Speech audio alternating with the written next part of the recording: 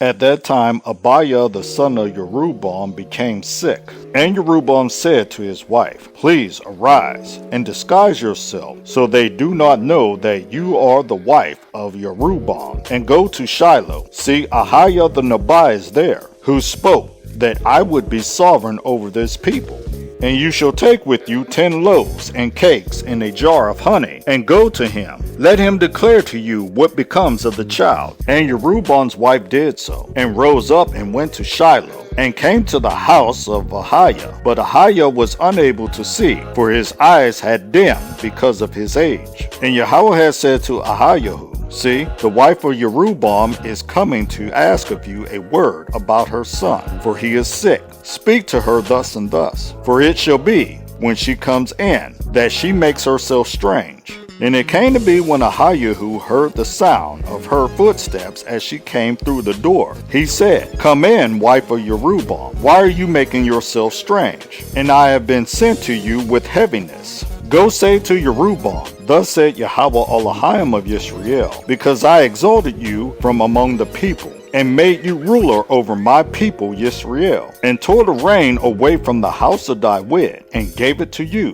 And you have not been as my servant David, who guarded my commands, and who followed me with all his heart, to do only what was right in my eyes. But you have done more evil than all who were before you. For you have gone and made for yourself other mighty ones, and molded images to provoke me, and have cast me behind your back.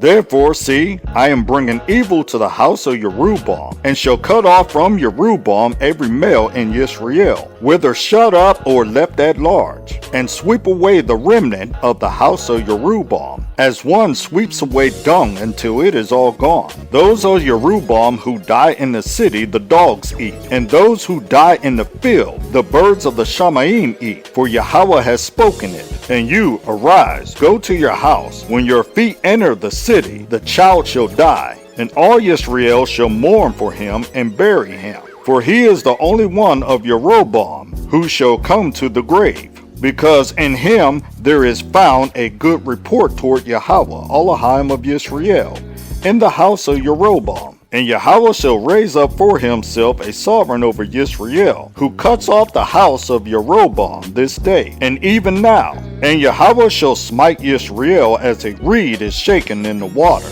and shall pluck Yisrael from the good land which he had gave to their fathers, and shall scatter them beyond the river, because they made Asherim, provoking Yahweh. And he shall give Yisrael up because of the sins of Jeroboam, who sinned and who made Yisrael sin. And the wife of Jeroboam rose and went, and came to Tirzah. When she came to the threshold of the house, the child died. And they buried him, and all Yisrael lamented for him, according to the word of Yahweh which he spoke through his servant Ahiah the Nabai. And the rest of the acts of Jerubbaal, how he fought and how he reigned, see, they are written in the book of the annals of the sovereigns of Yisrael. And the days that Jerubbaal reigned was 22 years. So he slept with his fathers, and Nadab his son reigned in his place. Meanwhile, Rehoboam son of Shlomo reigned in Yehudah. Rehoboam was 41 years old when he became sovereign, and he reigned 17 years in Jerusalem,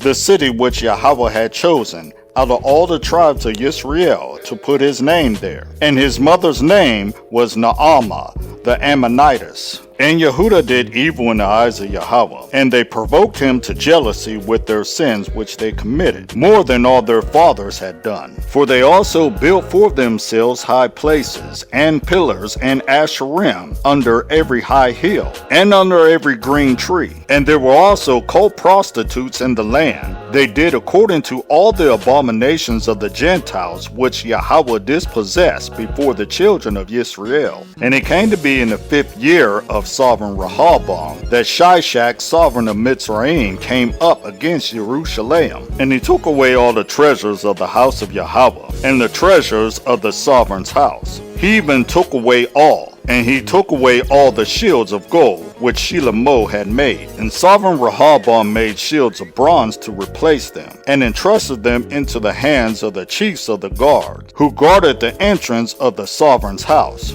And it came to be, whenever the sovereign went into the house of Yahweh, the guards would bring them, then take them back into the guard room. And the rest of the acts of Rehoboam, and all that he did, are they not written in the book of the annals of the sovereigns of Yehuda? And there was fighting between Rehoboam and Jeroboam all the days. So Rehoboam slept with his fathers, and was buried with his father in the city of David. And the name of his mother was Naamah the Ammonitess, and Abiam his son reigned in his place.